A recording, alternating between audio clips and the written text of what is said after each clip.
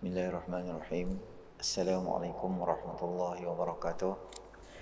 Alhamdulillahirabbil alamin. Wassalatu wassalamu ala asyrafil anbiya'i wal mursalin wa ala alihi wa sahbihi ajma'in. Subhanaka la ilma lana illa ma 'allamtana innaka antal alimul hakim. Rabbi shrah li sadri wa yassir li amri wahlul 'uqdatam min lisani yafqahu qawli, amma ba'd.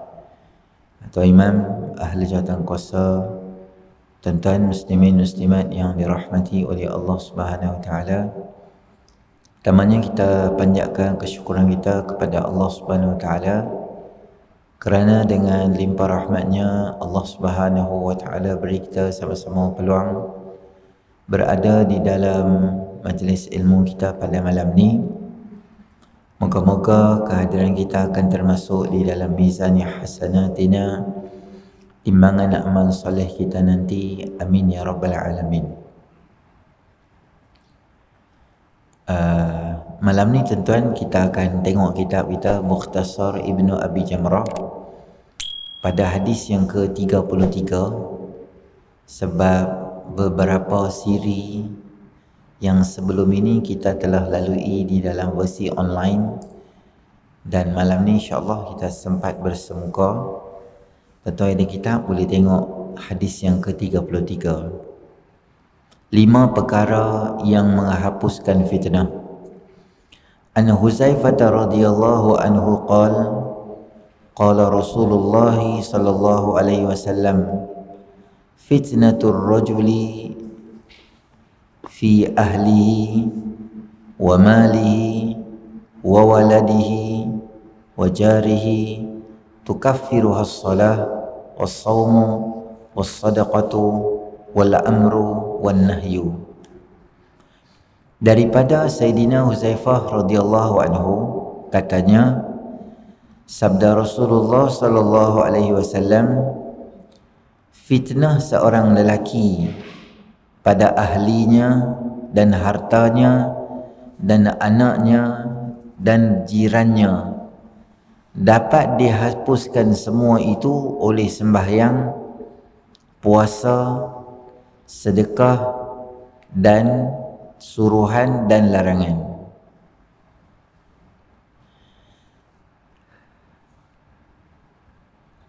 Baik. Hadis malam ni tuan-tuan muslimin rahmati oleh Allah Subhanahu wa taala, baginda Rasulullah sallallahu alaihi wasallam nak terang pada kita, fitnah atau cubaan atau ujian ni kepada seseorang manusia dia boleh mai dalam beberapa jenis.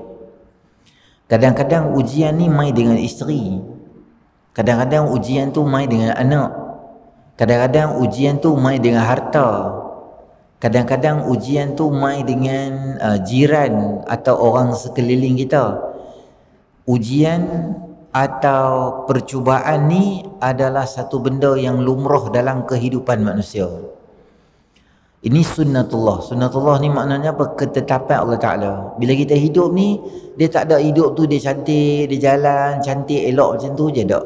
Kebiasaannya Allah akan buat ada di sini ujian, di sini ujian. Dan faktor-faktor ujian tu Nabi SAW gariskan ada beberapa benda. Yang pertama berkaitan dengan ahli keluarga dia, isteri dia. Yang kedua harta dia. Yang ketiga berkaitan dengan anak dia. Kemudian jiran dia. Ada beberapa benda lah. Terutama Nabi SAW highlight 2 benda. Satu keluarga, isteri dan anak. Maknanya orang yang berkahwin, ujian dia lebih besar lagi Allah Subhanahu wa taala akan beri, bukan sahaja dengan diri dia. Kalau orang yang tak kahwin lagi, dia nak jaga tu jaga diri dia seorang. Tapi bila orang tu dah berkeluarga, dia boleh jadi ujian tu dengan pelbagai aspek ataupun benda yang ada di sekitar dia. Kadang-kadang ujian dengan isteri dia. Berapa ramai manusia yang dulu dia hidup dalam keadaan yang tak semayang, dalam keadaan yang lara, tiba-tiba Allah bagi hidayah pada dia. Tapi yang bersedia untuk ubah daripada zaman gelap pada cahaya tu dia seorang. Isteri dia belum sedia untuk berubah lagi. Suami baguslah, alhamdulillah, main masjid, main ceramah, main surau dan sebagainya. Tapi isteri masih dalam keadaan yang sama juga. Satu ujian untuk dia. Orang kata kat dia, hang tengok hang jadi bagus, isteri hang pula jadi punca pada dia. Dalam proses nak didik dia tu lah. Kadang-kadang disebabkan isteri juga, suami ni, sebab isteri tu dia nak hidup dengan lebih daripada apa yang suami dia mampu. Suami dia kerja macam ni, adalah gaji sekian-sekian. Tapi isteri punya selera tu nak rumah yang selesa, nak kereta yang selesa. Tak boleh tengok jiran dia beli barang, tak boleh tengok orang tukar kereta, tak boleh tengok orang update kedai-kedai makan nak sedap-sedap ke apa ke, nasi arak hak RM50, RM60 tu. Dia duk haru suami dia suruh pergi makan. Padahal suami dia tu, tahulah dia bekerja apa penat tu. Tapi disebabkan nak memenuhi keperluan isteri tu, dia usaha. Kadang-kadang suami tu boleh jadi cara yang halal, ataupun kalau suami tu baik, dia usaha cara baik. Tapi kalau suami tu dapat tekanan, dia pun jadi serabut dah, maka akhirnya apa? Dia akan cari jalan yang tak baik. Curi ke, riba ke, ataupun dia nak cari rasuah ke, mana pun tak apalah. Janji aku ada satu sumber kewangan, yang kewangan tu aku boleh guna untuk memenuhi keperluan isteri ku. Halal atau tak halal tu nombor dua. Janji dia boleh bagi kebahagiaan pada isteri. Kadang-kadang disebabkan isteri menyebabkan kita jadi susah, bukan saja di dunia, boleh jadi ke akhirat. Nak senang lagi apa? Dia fikir boleh buat benda-benda salah di sisi undang-undang. Dia dadah ke yang tu yang ni, benda-benda boleh cepat dapat duit yang banyak, tapi risiko akhirnya jadi susah. Boleh jadi tak? Boleh jadi juga. Semua disebabkan isteri. Allah bagi ujian pada seseorang tu tak sama dengan tahap seseorang yang ada kat muka bumi tu. Boleh juga kadang-kadang ujian tu dia datang dari segi apa? Dari segi anak dia. Dari segi anak dia. Ada orang yang Allah bagi anak kat dia, ada orang yang Allah tak bagi anak. Bagi anak pun satu ujian juga. Tak dapat anak pun ujian juga. Orang duk tanya, bila ni, bila lagi, bila lagi, bila. Kita pun tak larat. Anak ni bukan beli market, boleh beli kat market Batu Lancang. Kalau boleh beli, aku nak beli juga lah. Dan anugerah Allah Ta'ala. Hantelan bi ubat apa pun, dah tak mau Allah tak bagi. Jenis tak mau tu kadang-kadang Allah bagi pula. Tak mau sampai buang-buang. Kawan tu 25 tahun tak ada anak. Semua tu kuasa Allah Ta'ala. Allah bagi anak, belum tentu anak tu bagus. Boleh jadi anak tu alhamdulillah. Kalau boleh jadi anak tu boleh tahan juga hantu ayak dia tu. Habis segala motor orang dia ambil, kereta orang dia ambil, tipu sini, ranjau sini, hidup polis setiap hari main rumah kita. Daripada sekolah rendah lagi polis main rumah. Sebab apa? Bicycle hilang, sat-sat ni hilang. Hilang barang, polis tak ada orang lain main cari rumah kita. Haji, abang sihat ke? Ya, sihat. Tuhan ada apa pula hilang ni? Bapak dia pun kenal.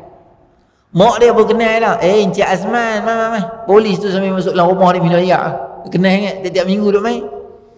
Mak dia pun duduk tunggu depan rumah dengan bapak dia. Minggu ni polis tak main pula rumah kita ni. Nanti pun tengok balai, kot dia nak main petang ni, boleh tak masuk.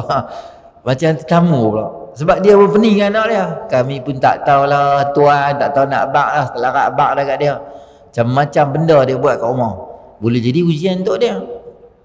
Bapak bagus, alhamdulillah. Kadang-kadang anak oleh ayazubillah terlibat dengan dadah dan sebagainya. Ujian untuk anak, untuk siapa? Untuk bapak dia, boleh jadi itu sebagai punca Allah Ta'ala nak bagi ujian pada dia. Ataupun kata Nabi SAW, ujian tu dia boleh datang juga ke orang dengan harta wang ringgit dia.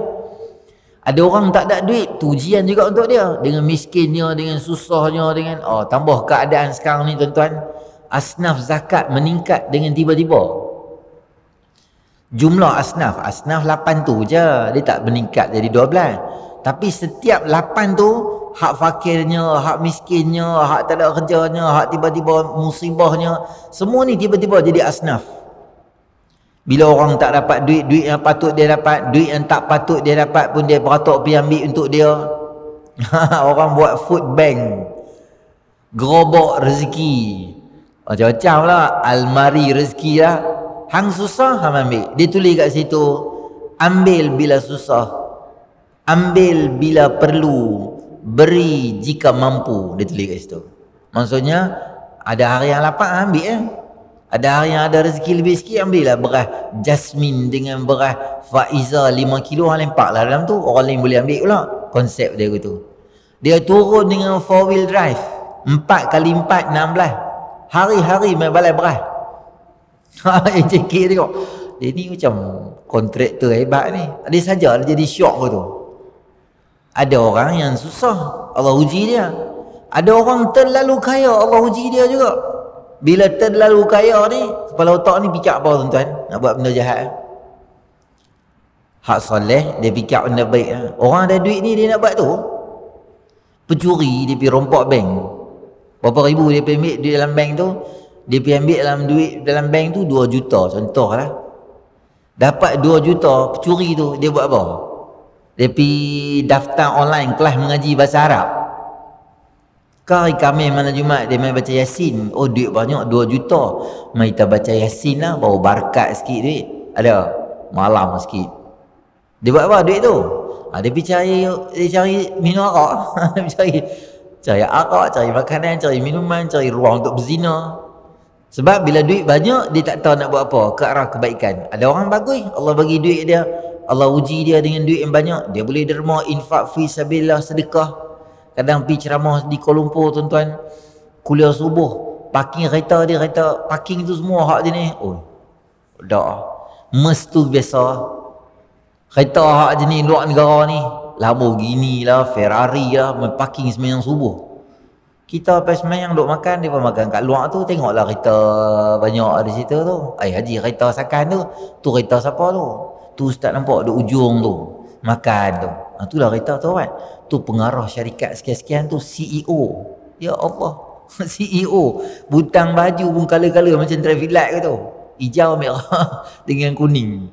Butang relax, muka relax gitu. Ya Allah Akbar. Duit banyak, tapi dia guna ke arah agama. Itu yang hebat tu. Kita duit ada lah juga, taklah terang mana pun. Pakai saga pun, laga masjid pun tak main. Masjid tak main. Kalau kereta mewah-mewah, dah. Ujian Allah bagi kat orang tu dengan duit. Boleh jadi manusia tu berdosa disebabkan isteri dia ada. Boleh jadi manusia tu dosa disebabkan duit anak dia. Boleh jadi disebabkan duit yang ada, orang tu jadi dosa. Ataupun boleh jadi disebabkan jiran dia, boleh jadi sumber dosa pada dia. Sebab apa? Jiran sama jiran, macam-macam masalah yang dia buat. Apa dia? Antaranya adalah kadang-kadang kita bela kucing. Kucing pergi berak di rumah kawan tu, pergi cakap seat motor kawan tu baru beli Y suku. 3 suku note simpan duit nak beli Y suku. Beli malam, pagi esok bawa isteri dia tutup mata lepas sembahyang subuh semua, nak main tunjuk abang ada surprise, abang beli motor, nak main tunjuk lah. Isteri dia pun tutup mata, buka seat tengok ada kucing kat dalam. Kucing Faraid dulu seat dia habis cakap-cakap kata. Dia cakap pula kucing tu. Siapa punya kucing? Kucing jiran dia. Jadi masalah, kadang-kadang dengki dengan jiran, kadang-kadang disebabkan sombongnya, ukhuwah, macam-macam benda disebabkan jiran ni dia boleh jadi, ataupun kita tak selesa dengan nikmat yang Allah bagi kat dia. Allah bagi dia kaya, kita tak puas hati kat dia. Allah bagi dia senang, kita tak suka kat dia. Allah bagi anak dia ramai, kita anak tak ramai, kita tak suka kat dia. Boleh jadi tak dosa dengan semua benda tu? Boleh. Tapi Nabi SAW kata, semua dosa kesilapan disebabkan beberapa benda tu, kalau hampa buat benda ni dia boleh cover balik. Dosa-dosa tu dia boleh padam balik. Dia boleh kambuh balik dosa-dosa tu. Apa dia? Dengan sembahyang, tukaffiruhas salah, was-sawmu, was-sadaqatu, wal-amru, wan-nahyu. 5 benda. Pertama dengan sembahyang, kedua dengan puasa, ketiga dengan sedekah, keempat dengan menyuruh orang buat benda baik, dan kelima dan menghalang orang daripada buat benda jahat. 5 benda ni maknanya dia ada kemampuan untuk menutup kesilapan yang dibuat tadi tu. Nombor 2 saya nak abang, benda baik atau benda-benda soleh yang kita buat, benda tu dia boleh tutup kejahatan atau dosa yang dibuat sebelum daripada tu. Kata Allah Ta'ala, innal hasanati yudhibnas sayyiat. Sesungguhnya kebaikan itu akan menghapuskan kejahatan. Dalam banyak-banyak benda baik, inilah 5 benda baik yang sangat baik ataupun yang sangat boleh dapat pahala yang sangat banyak, sehingga menutup kesilapan yang atau dosa yang dibuat disebabkan anak, isteri, kedekut, dosa yang tu boleh kambui. Apa dia? Semayang. Di samping daripada semayang fardu, semayang-semayang sunat juga ada kemampuan luar biasa untuk menambah koleksi pahala untuk menutup kesilapan yang kita buat. Semayang sunat apa? Termasuk qabliyahnya, ba'diyahnya, duhanya, qiyamul lailnya, tahajud dan sebagainya. Itu memang sangat hebat sekali lah. Witir, apa-apa benda nama kata sunat, tapi dia versi semayang, kita rebut dan ambil semayang tu.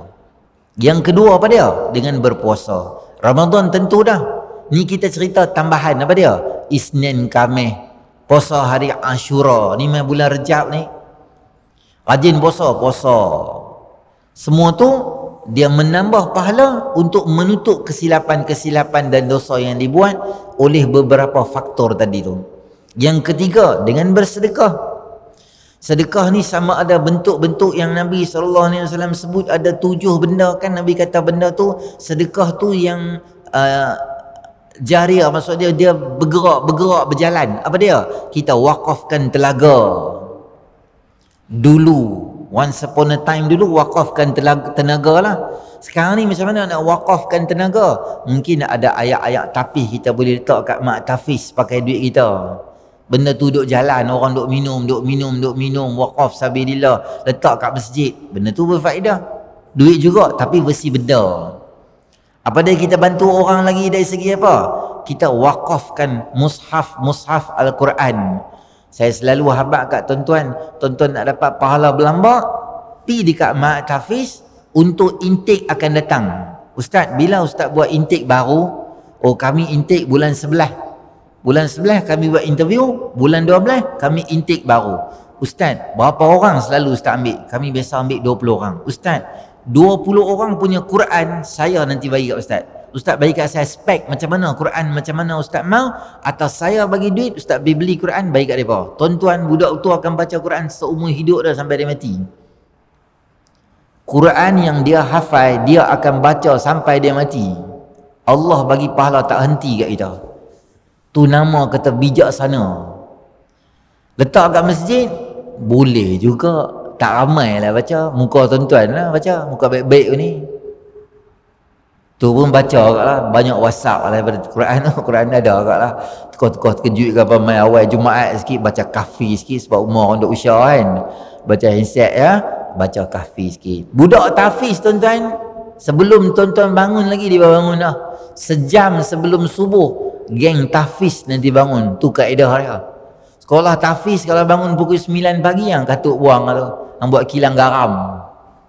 Tak boleh buat tahfiz pukul 9 bangun. Merepek. Awal sejam kena bangun dah. Sebab mereka nak hafal sebelum subuh. Mantap hafalan, otak clear. Budak pula tak ada benda burden banyak lagi, beban tak ada lagi. Kau isteri tak ada, anak tak ada, tanggungjawab tak ada, otak clear, hafal cap masuk. Awal bagi masuk. Pakai Quran kita tu. Ustaz, tahun depan ada lagi budak masuk? Ada. Nah, saya bagi kat Ustaz duit. Tu nama dia cerdik tu. Tu sedekah juga tu. Sedekah ni semua tuan-tuan, dia akan cover dulu-dulu hak kita duk merepek dulu ni. Zaman duk bawa aci ronda belakang sikit. Ada zaman tu. Zaman tak semayang kan. Zaman pok ye. Bawa motor Vespa, bawa markah belakang tu kan. Zaman tu semua dosa-dosa siapa nak ganti balik selain pada semayang taubat, memperbanyakkan sedekah. Ni Nabi habaq dengan semayangnya, dengan puasanya, dengan sedekahnya. Sama ada bagi duit, tuan-tuan lalu main masjid kan sedekah subuh. Setiap pagi malaikat kata apa? Allahumma ati munfiqan khalafa wa qala al-akharu wa ati mumsikan talafa. Ya Allah, orang yang rajin derma pagi-pagi, derma hari-hari ni, ya Allah, Engkau gantikan pada dia, ya Allah. Allah ganti balik lah. Bawa mai, tak kira lah, RM1, RM2 lah. Orang yang mampu RM1, RM2 lah. Tuan-tuan boleh 20, 50, okey, tak ada masalah. Sebab apa? hang rajin bagi 50. Aku traders. Aku untung saham. Sebab semalam sebelum tutup pukul 5 tu, aku ada beli, aku ada jual balik, aku dapat untung. Pagi ni aku derma 500 kat tabung masjid. Contohnya. Kau dah lah. Janji derma bagi. Tiap-tiap hari jangan berlalu 3 benda dalam hidup kita. Jangan berlalu 3 benda dalam hidup tak buat satu hari. Yang pertama, jangan berlalu satu hari tanpa kita bersedekah. Bukan sedekah senyum. Tu boleh jugalah kan. Tapi yang tu tak apa perik sangat. Dia kalau hilang kurang duit ni, dia rasa sikit tu berkorban sikit. Duk main senyum saja aku tu. Karen pun duk naik lah. TNB kata Karen naik sebab apa? Ayat tapih. Satu hari ni. Hang pakai ayat tapih, pergi tu ambil bil, pergi senyum kat TNB. Kau lepas tak? Tak lepas. Dia kena bayar tak? Bagi sikit. Duit kita derma infak fi sabilillah. Allah mudahkan untuk kita. Belanja orang. Bagus juga tu tuan-tuan. Tengok member makan kedai kat meja sebelah. Kalau kita kenal, boleh juga. Tak kenal pun, tak tahu. Siapa tak tahu. Pakcik mana, bayar pergi kat dia. Tu meja nombor 23 makan tu, saya tolong bayar. Alah pakcik tu makan apa? Nasi lemak satu, kari pap satu, TO kosong satu. Ada sampai RM45. Ada RM4 pun tak sampai. Bayar habis ya. Lepas tu niat apa? Ya Allah, derma yang aku buat kat pakcik tu, aku niatkan supaya bagi pahala pada arwah ayah aku. Sampai tak tuan-tuan? Sampailah. Waladun salihun yad'u lahu, anak soleh yang doa pada ibu dan bapak dia, pahala sampai. Macam itulah sikit-sikit cari pahala. Beli cikelat bagi kat budak-budak, jumpa budak-budak beli barang kat kedai, tolong belanja mereka. Hang beli apa ni? Beli aiskrim. Berapa? Satu je. Ada kawan lagi? Tak ada. Saya seorang dengan pakcik. Pergi mai kat kaunter. Ni budak ni ambil ni berapa ni? RM1.2. Saya tolong bayar. Dah hampir. Pakcik tak apa, saya ada duit. Tak apalah pakcik belanja hari ni. Dah hampir pi. Doa kat pakcik ya. Makasih pakcik. Piu dia ambil biskut belah. Kecil lah benda tu. Kecil. Di sisi Allah dia hebat tuan-tuan. Kecil-kecil macam itulah tuan-tuan cari pahala. Suruh dia doa. Bagi kita sihat, bagi kita selamat. Allah pelihara, Allah panjang umur, Allah buat baik kat kita banyak-banyak. Dengan apa? Dengan memperbanyakkan sedekah. Dan yang keempat dan kelima, wal amru wan nahyu. Suruh orang buat benda yang baik.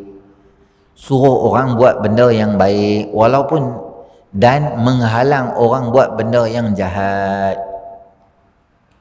Menghalang orang buat benda yang jahat. Tuan-tuan nampak benda tu salah, bagi tahu. Kita pergi kedai, kita tengok dia tu bungkus juga kita Milo Ice, tapi dia pakai gelang yang Sing suka pakai tu, gelang tu.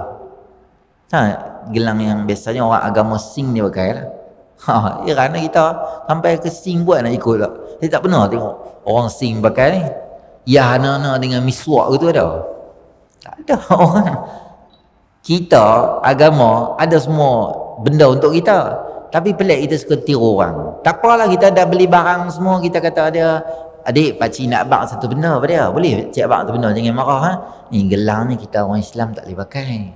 Cincin boleh. Nabi Muhammad selalu pakai cincin. Tukar nanti nah. Terima kasih pakcik, terima kasih pakcik. Okey, macam tu ya tuan-tuan. Tak payah marah dia apa. Dengan kasih sayang cakap dengan dia. Esok kita jumpa benda salah, kita cakap lagi. Kita cakap benda yang salah, kita cakap lagi. Nabi Allah Musa AS, bila dia jalan dengan Nabi Khidir AS, dia nampak beberapa benda yang pada pandangannya benda tu tak betul. Apa dia? Dia bunuh satu budak kecil, dia rosakkan kapal. Kemudian dia pi buat pula tembok pada orang. Buat tembok tu tak apalah, bukan benda jahat. Benda salah ni, pecahkan kapal. Nabi Musa AS, jiwa dakwah yang ada kat dia, apa dia kata? Sebab apa pergi buat benda ni?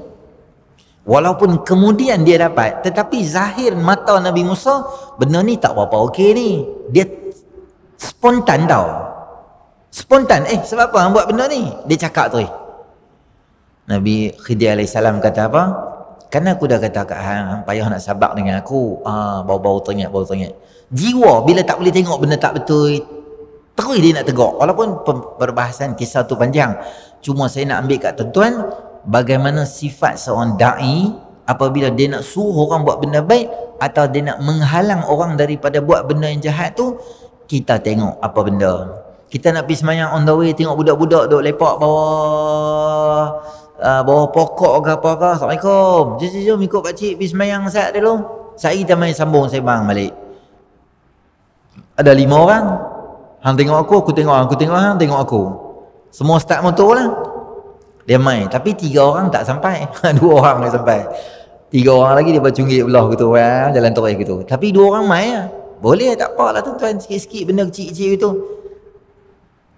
Puji orang bila orang buat benda yang baik. Oh bagus 2 orang apa, mana 3 lagi? 3 lagi tak tahu cik, dia berbelah awal lah. Tak apa, bagus, lain kali hampa main. Okey, sekarang hampa pergi sambung lepak balik, sembang balik.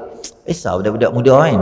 Tapi cara kita tu, semua benda tu tuan-tuan muslimin rahmati oleh Allah, akan menyebabkan seseorang tu dapat pahala ganjaran yang sangat banyak, sehingga dia boleh kebumikan dosa-dosa yang terlibat dengan anak, dengan duit dia, dosa yang menyebabkan dia dengan jiran dan sebagainya. Setengah ulama mensyarahkan hadis ni sebagai gandingan. Maknanya kalaulah dosa tu terlibat antara kita dengan isteri, maka banyakkan sembahyang sunat. Kalau dosa tu adalah melibatkan harta kita, maka banyakkan dengan sedekah. Dia pair macam tu, bagi sama hadis tu. Ada setengah ulama syarah hadis ni, dia kata tak, semua benda tu ada kemampuan untuk hapuskan semua dosa-dosa yang terlibat dengan benda-benda tu. Maka tuan-tuan muslimin rahmati oleh Allah Subhanahu Wa Taala, tuan-tuan pernah dengar tak hadis yang orang tu muflis ke akhirat?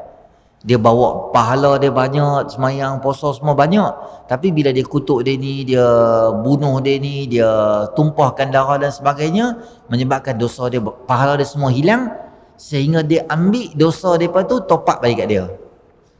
Dalam hadis tu juga menyebut bahawa orang yang mula mai dekat padang mahsyar tu dengan keadaan pahala puasa dia banyak, semayang dia banyak. 2 benda ni dia tak pernah tinggal. Maknanya 2 benda ni, semayang dengan puasa, boleh menyebabkan akaun pahala seseorang tu ditambah dengan luar biasa. Maka jangan kita tinggal yang fardu ataupun yang sunat, terutamanya yang sunat, jangan kita tinggalkan. Memperbanyakkan amalan-amalan ke arah nak dekatkan diri kita dengan Allah Subhanahu Wa Taala. Semoga Allah hapuskan fitnah diri kita. Tengok hadis berikutnya. Hadis 34. Kira apa? Tak dah. Kita baca lah sikit. Dia bunyi tak? Macam belum lagi, 5 minit lagi. Kadang mereka tunggu kita tunggu mereka. Mereka buka mic tu kita dengar tak? Dah tunggu jadi lambat. Kita baca hadis tu.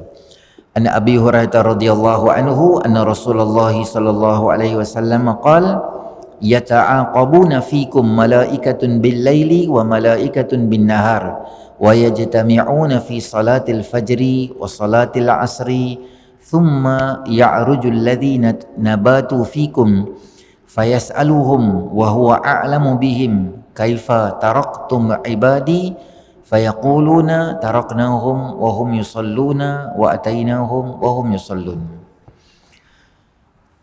Dari Abu Hurairah radhiyallahu anhu katanya, sabda Nabi sallallahu alaihi wasallam, berturut-turut malaikat datang kepada kamu di waktu malam dan di waktu siang, dan mereka akan berhimpun pada waktu fajar dan waktu sembahyang asar. Kemudian naiklah mereka bermalam pada kamu, maka Allah akan bertanya pada hai ia mengetahui dengan mereka, bagaimana kamu meninggalkan hamba-hambaku? Mereka berkata, kami meninggalkan mereka sedang bersembahyang, dan kami datang pada mereka juga sedang bersembahyang. Baik, Allah Subhanahu Wa Taala setiap hari ada laporan harian yang akan dibentangkan pada Allah Subhanahu Wa Taala. Setiap hari akan ada laporan harian. Bila subuh sekali pembentangan, asak sekali akan dilaporkan amalan kita. Dia ada versi bentang mingguan, di mana bentang mingguan itu pada hari Khamis. Apabila ditanya pada Nabi SAW, sebab apa rajin puasa Isnin Khamis? kerana itu adalah hari dibentangkan amalan pada Allah Ta'ala. Aku suka dibentangkan amalan, laporan kegiatan amal aku dalam keadaan aku sedang berpuasa. Maknanya ada laporan harian, ada audit yang dibuat untuk amalan kita dalam mingguan, ada tak versi tahunan, ada nisfu Sya'ban. Nisfu Sya'ban tu, maka malam tu akan dibentang dan ditukarkan buku laporan harian tahunan kita. Audit yang dibuat, ikutlah bentang-bentang semua tukar. Maknanya buku-buku ni semua digabung dan akan dimasukkan semua amalan-amalan yang kita buat ni di mana? Dalam buku yang akan dapat nanti di padang mahsyar nanti. Malaikat yang naik turun setiap hari ada satu skuad malaikat asing, bukan malaikat raqib dan atid. Tak, ma yalfidhu min qaulin illa ladaihi raqibun atid. Setiap pertuturan dan bicara yang diucapkan oleh manusia dicatat dan dicatat oleh malaikat raqib dan atid. Yang ni tak pergi mana, dia duduk tang ni je. Habis yang naik turun tu skuad lain, malaikat lain yang dia mai dan dia akan laporkan pada Allah Ta'ala. Allah Subhanahu wa Ta'ala Tuhan Maha Tahu, Maha Alim. Dia tanya, hampa mai pada mana? Maka malaikat berkata, kami mai pada hamba-hamba kamu ya Allah. Macam mana mereka? Masa kami mai, mereka duduk sembahyang subuh. Masa kami dah habis kerja semua, kami nak balik, kami tinggal mereka duduk sembahyang asar. Maknanya sentiasa dalam keadaan beribadat. Sebab apa Allah Ta'ala tanya? Sebab untuk beri kemuliaan pada insan. Kerana apabila Allah Ta'ala mula nak cipta manusia, malaikat kata janganlah buat mereka ni tumpahkan darah. Maka Allah Ta'ala sebut kata apa? Aku tahu apa yang aku nak buat. Pertanyaan Allah Subhanahu wa Ta'ala kepada malaikat nak ikrar atau pengakuan daripada malaikat tentang kemuliaan hamba-hamba yang soleh. Ada orang yang buat kerosakan di muka bumi, tapi jangan kata semua hak buat jahat. Ada hamba-hamba aku yang rajin semayang kat aku di malam, dan ada hamba-hamba aku yang rajin semayang dengan aku di waktu pagi. Hadis ini nak menunjuk atau nak menaikkan martabat orang-orang yang soleh, yang sentiasa beribadat pada Allah Subhanahu wa Ta'ala, bagi menafikan kata-kata malaikat tentang jahatnya manusia nak tumpahkan darah tu. Hadis ni juga menunjukkan pada kita kelebihan sembahyang subuh dan kelebihan sembahyang asar, terutama ketika secara berjemaah. Kalau orang perempuan di awal waktu, kerana pertukaran berlaku di awal asar dan di awal subuh. Jadi kalaulah orang perempuan di rumah kita nak pergi semayang surau, gerak isteri kita suruh dia semayang. Gerak isteri gerak isteri suruh dia semayang. Kita pergi masjid pergi surau suruh dia semayang. Supaya bila malaikat main laporan tu dia habaq, dia akan habaq apa? Semayanglah. Kalau tidak, kami mai ya Allah daripada duk lena, atainahum wa hum naimun wa taraknahum wa hum naimun. Kami mai pun depa lena, kami balik pun depa lena. Ada beberapa benda lagi di dalam hadis ni yang nanti saya akan cakap dekat tuan-tuan, terutama tentang kelebihan subuh dan asar secara berjemaah. Dan juga malaikat ni dia suka cakap benda yang baik. Dia bagi laporan tu laporan yang baik. Nanti kita akan tengok juga perbahasan apa benda antara sifat-sifat malaikat ni. Selain daripada jaga, mereka suka doa kat orang. Selain pada doa kat orang, apa 5-6 benda yang malaikat biasa dan selalu buat kepada manusia tu. Nanti kita akan jumpa dalam siri akan datang nanti insya-Allah. Kita masuk hadis tu dan kita akan tengok hadis 35 tinggal semayang dan sunat menguatkan suara ketika azan. Baik, auzubillahi minasyaitonir rajim. Bismillahirrahmanirrahim. Alhamdulillahirabbil alamin. Wassalatu wassalamu ala asyrafil anbiya'i wal mursalin wa ala alihi washabbihi ajma'in. Allahumma anfa'na bima 'allamtana wa 'allimna ma yanfa'una wa zidna ilma. Rabbana atina fid dunya hasanah fil akhirati hasanah wa qina adzabannar. Wa sallallahu ala sayidina Muhammadin nabiyil ummi wa ala alihi washabbihi ajma'in. Alhamdulillahirabbil alamin. Subhanakallahumma wal 'asr innal insana lafi khusr. Illal ladzina amanu wa 'amilus tawassaw bil haqq tawassaw bis sabr. Subhana rabbika rabbil izzati amma yasifun. Wassalamun alal mursalin walhamdulillahi rabbil alamin.